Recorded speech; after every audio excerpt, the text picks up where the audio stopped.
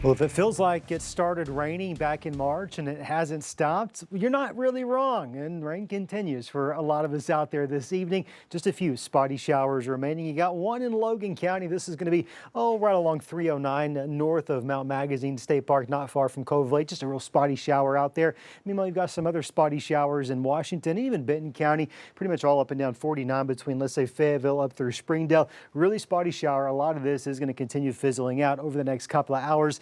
Now that we've lost daytime heating, should see mostly cloudy skies overnight. Can't rule out one or two spotty sprinkles out there, but a lot of us probably going to stay dry overnight, and a lot of us are probably going to be just fine out there tomorrow. We could see a few additional spotty showers develop in the afternoon.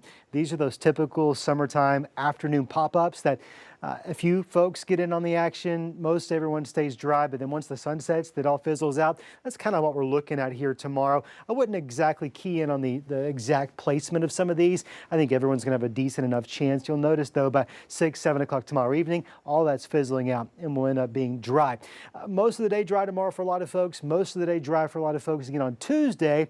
But by Wednesday, we're tracking another storm system. It's going to be a cold front approaching that's probably going to produce some showers, maybe some thunderstorms. And then the second half of the week, even into the following weekend, actually shaping up to be nice and dry for a change, right? Here's that midweek system. This is Wednesday around 1 o'clock. We'll be tracking a cold front moving through the area. Out ahead of that, warm southerly winds, pumping in a lot of moisture from the Gulf. It's going to feel really muggy Tuesday especially, but even Wednesday as well. Meanwhile, on that front, on the backside, you've got northwesterly winds. That should put a dent in some of that humidity.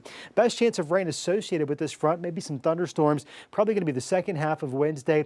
A lot of this begins to taper up as Futurecast pulls that front out of the area by Thursday. When it comes to severe weather chances, they're going to be much higher in Missouri.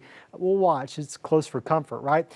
In terms of temperatures and humidity, yikes. Summer officially starts Friday. It's going to feel like it by Tuesday. This is those feels like temperatures or heat index values. Triple digits in the River Valley, close to it, only missing it by a couple of degrees in northwest Arkansas Tuesday afternoon.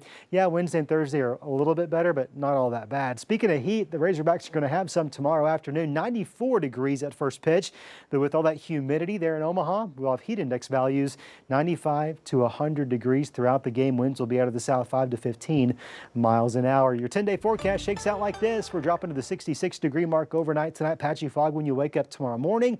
85 under a partly sunny sky by tomorrow afternoon.